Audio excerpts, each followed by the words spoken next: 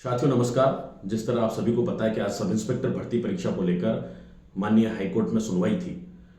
इस सुनवाई में याचिकाकर्ताओं की तरफ से सीनियर अधिवक्ता आरपी सिंह और हरेंद्र नील उपस्थित रहे। वहीं सरकार की तरफ से यानी बचाव पक्ष की तरफ से एडवोकेट जनरल एजी साहब राजेंद्र प्रसाद गुप्ता उपस्थित रहे। और आज की जिरह काफ़ी लंबी चली, लगभग आधे घंटे से अधिक समय तक एसआई भर्ती परीक्षा के मुद्दे पर जिरह हुई।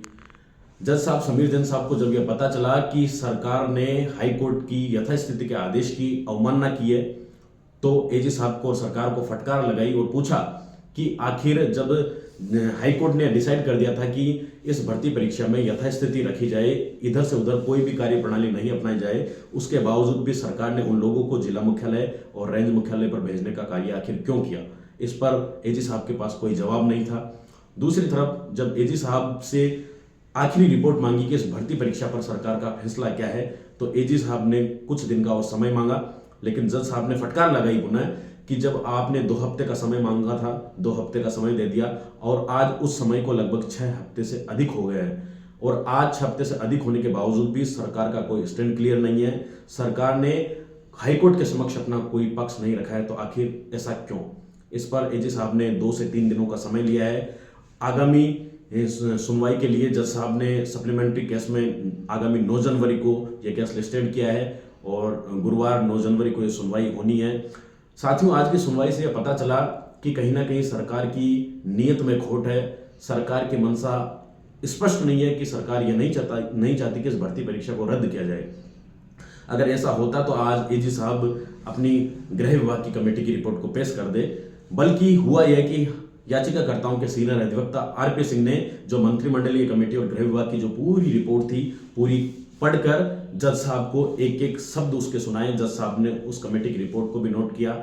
उसके बावजूद सरकार की यह हठधर्मिता कि एसआई भर्ती परीक्षा पर सभी निर्णय होने के बावजूद एडवोकेट जनरल, एसओजी, पीएचक्यू और यहां तक कि मंत्रिमंडलीय कमेटी यानी गृह विभाग की रिपोर्ट होने के बावजूद भी सरकार की भर्ती परीक्षा पर कोई स्टैंड नहीं लेने पर हाई कोर्ट ने इस बारे में भी सरकार को फटकार लगाई कि जब आपके सारी डिसीजन हो चुके हैं तो आप किस बात को लेकर इंतजार कर रहे हैं और हाई कोर्ट के समक्ष निर्णय क्यों नहीं कर पा रहे।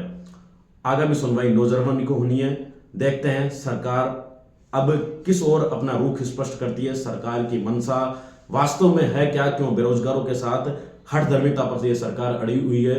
क्यों इनके बेरोजगारों के साथ कुठाराघात करने पर यह सरकार अड़ी हुई है? लेकिन माननीय न्यायालय से हमें पूर्ण उम्मीद है कि इस भ्रष्टाचार के खिलाफ और इस अन्याय के खिलाफ माननीय न्यायालय युवा बेरोजगारों के हितों में फैसला लेगा। और जो सरकार की एजेंसियों ने और सरकार के एडवोकेट जनरल ने जो अब तक डिसीजन दे चुके हैं उन पर फैसला सुनाएगा, भर्ती परीक्षा को रद्द करेगा। जज साहब ने तो इतना तक कहा कि एजी साहब, जब आपने यह राय दे दी कि इस भर्ती परीक्षा को रद्द किया जाए तो आप किस आधार पर हाईकोर्ट में उपस्थित होकर बहस कर रहे हैं? जज साहब ने उनके कोटेशन को नोट करना चाहा तो एजी साहब ने मना कर दिया कि साहब यह एक कंट्रोवर्सी का मुद्दा खड़ा हो जाएगा। तो देखिए सरकार किस तरह अपने मुद्दे को पलटना चाह रही है। सरकार की मंशा पता नहीं, मुख्यमंत्री जी क्या चाह रहे हैं। 6 मंत्रियों की कमेटी बना दी, उस कमेटी ने रिपोर्ट अपनी सरकार को सौंप दी। उसके बावजूद भी आज तक इस मुद्दे पर कोई एक्शन नहीं लिया गया। आगामी दिनों में हम ये लड़ाई पूरी मजबूती, पूरी ताकत के साथ लड़ेंगे। आप सभी साथियों को हारना नहीं है, क्योंकि अगर ये 3 सालों में ये लड़ाई इस स्तर तक आई है तो निश्चित रूप से अपने अंजाम तक पहुंचेगी। हम सभी युवा बेरोजगारों को न्याय मिलेगा और एक इंकलाब का नारा जिंदाबाद होगा। हम सभी की जीत होगी, असत्य पर सत्य की विजय होगी। धन्यवाद साथियों। जय हिंद, जय भारत।